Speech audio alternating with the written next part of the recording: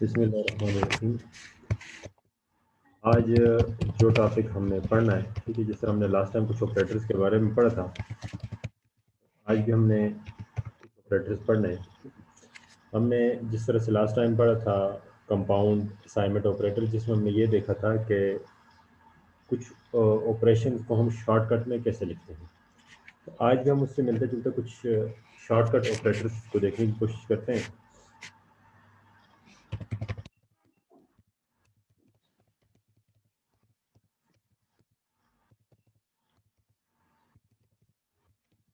आज हमने जिस ऑपरेटर के हवाले से पढ़ना है, ठीक है, उसका नाम है इंक्रीमेंट ऑपरेटर।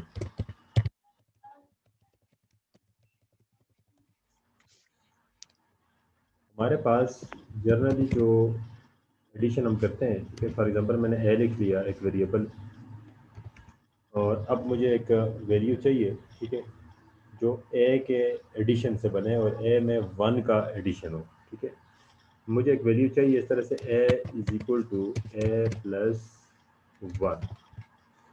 अब ये जो स्टेटमेंट है, इस स्टेटमेंट्स को शॉर्टकट में लिखने में प्रोग्रामिंग में इसमें बहुत ज़्यादा ज़रूरत पड़ने वाली है आगे जा करके। ठीक है, तो हम इस स्टेटमेंट को शॉर्ट में लिखने के लिए जो तरीक़ाकार इख्तियार करते हैं उसको हम कहते हैं इंक्रीमेंट। ठीक है, तो मैं इस तरह करता हूँ, इसकी वैल्यू यूज़र से इनपुट ले लेता हूँ।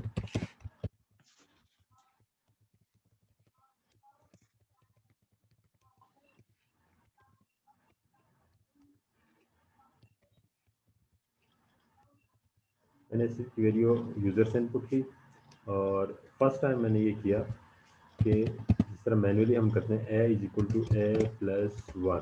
ठीक है, ए में एक का इजाफा करते हैं और उसके बाद ए की वैल्यू को डिस्प्ले करवा देते हैं।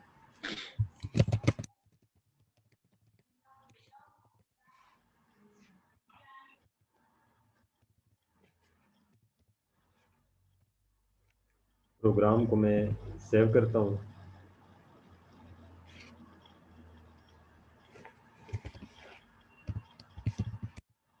साथ में कंपाइल कर रहा हूँ, रन कर रहा हूँ।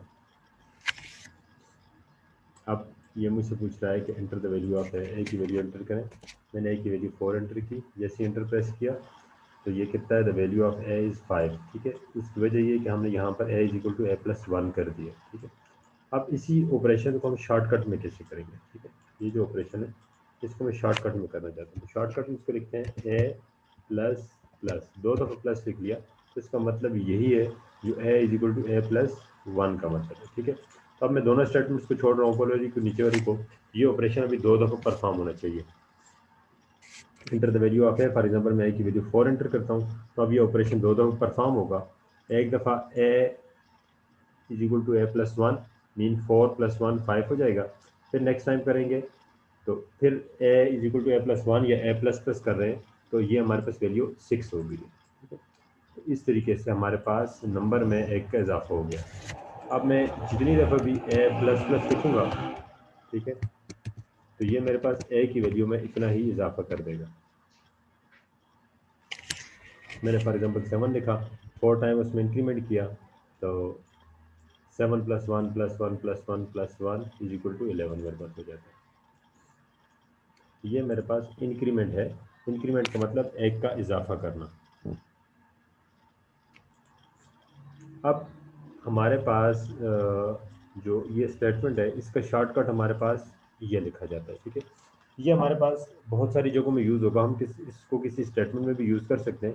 फॉर एग्जांपल मेरे पास दो वेरिएबल हैं ए एंड बी, और मैंने अब यहाँ पर ये करना है, ठीक है, B is equal to A plus plus. ठीक है, अब मैंने जो ए का इजाफा किया, मैं बाकी सारी लाइंस को कमेंट्स कर देता हूँ। ठीक है,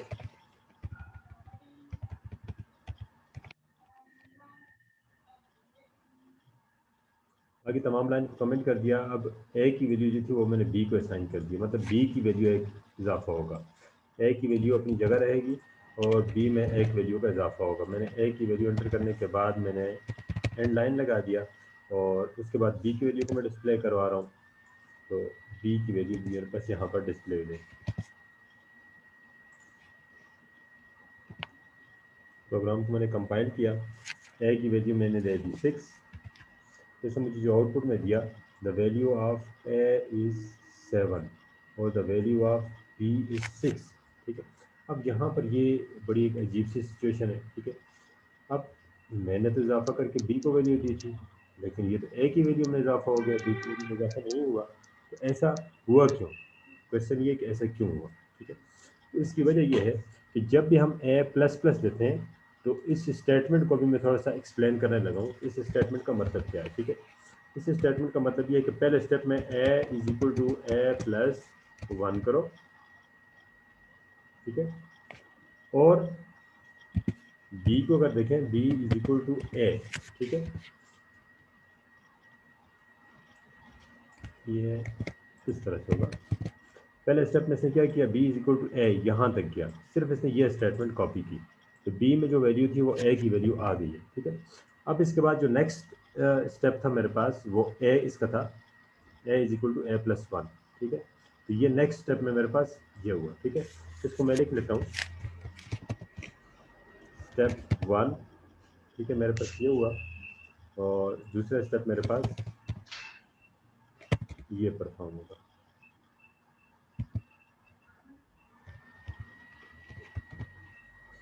ये दो स्टेप मेरे पास परफॉर्म हुए, पहले ये वाला और दोबारा ये वाला, ठीक है।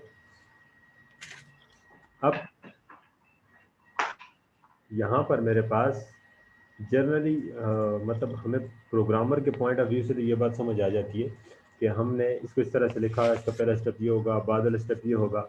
लेकिन अगर कोई लेमैन या कॉमन पर्सन जो इसको देखेगा, ठीक है, वो तो इस स्टेटमेंट को यही समझेगा कि ए में इंक्रीमेंट हो गया और वो बी को वैल्यू मिल गई। इसका सोल्यूशन हमें किस तरह से करना चाहिए, ठीक है।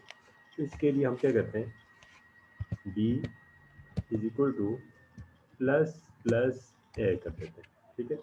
अब इससे क्या होगा हमारे पास, ठीक है, ऊपर इस लाइन को मैं पूरी लाइन को कमेंट कर रहा हूँ। अब हमारे पास इससे क्या होगा कि ये स्टेप्स रिवर्ट हो जाएंगे, पहले ए में इजाफा होगा, ठीक है। स्टेप 2 जो है अब ये पहले परफॉर्म होगा,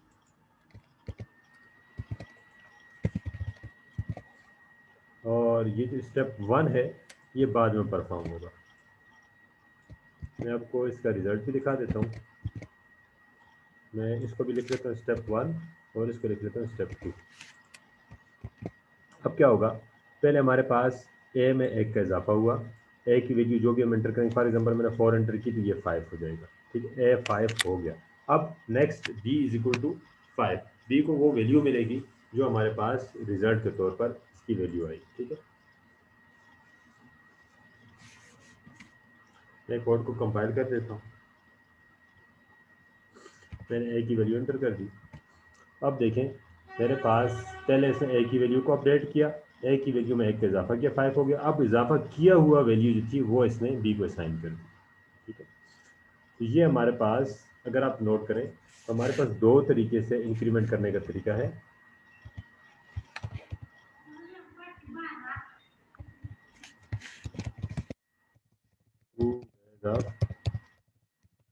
इंक्रीमेंट, ठीक है।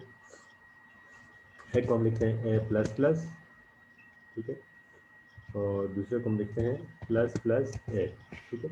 दोनों का मतलब एक ही है, लेकिन एक में ऑपरेशन पहले हो रहा है जैसे ऊपर मैंने किया, दूसरे में ऑपरेशन बाद में हो रहा है, ठीक है। अब ये जो है इसमें, इसको हम कहते हैं पोस्ट फिक्स इंक्रीमेंट ऑपरेटर, ठीक है।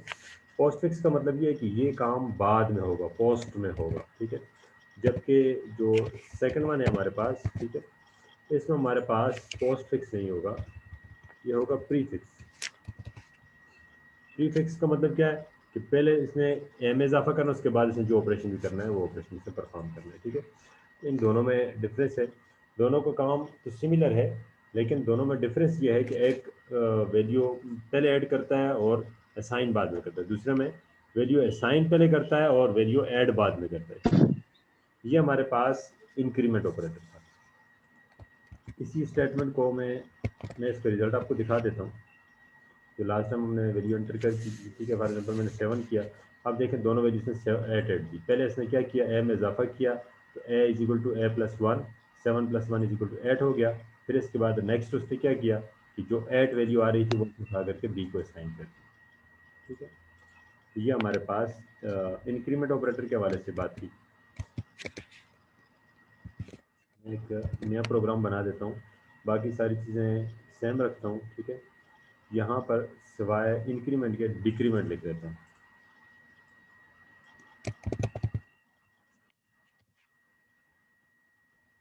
बाकी चीज़ें सेम, लेकिन जहाँ पर मेरे पास प्लस प्लस था वहाँ पर माइनस माइनस आ जाएगा, क्योंकि बहुत दफ़ा हमें वैल्यू में ज़रूरी नहीं है कि हमें एडिशन की ही ज़रूरत पड़े। मैनी टाइम हमें वैल्यू में ऐसी ज़रूरत पड़ती है कि हमारे पास हम रिवर्स में आना चाहते हैं। ठीक है, ये आगे हम लूप्स पढ़ेंगे तो लूप्स में इसको बड़ी ज़रूरत पड़ने वाली है, लूप के अलावा भी बहुत सारी जगहों में इसकी ज़रूरत पड़ने वाली है। ठीक है,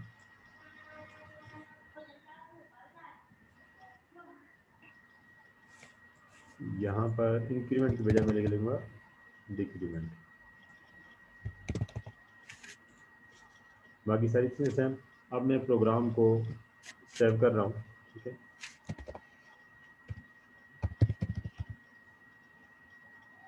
कंपाइल कर रहा हूँ। मैंने वैल्यू फॉर एग्जांपल 5 दी, तो 5 मेरे पास क्या होगा, डिक्रीमेंट होने के बाद एक वैल्यू कम हो जाएगी। ठीक है, तो 5 से 4 हो जाएगा। जिस तरह वहाँ पर एक का इजाफा हो रहा था, यहाँ पर एक की कमी आएगी।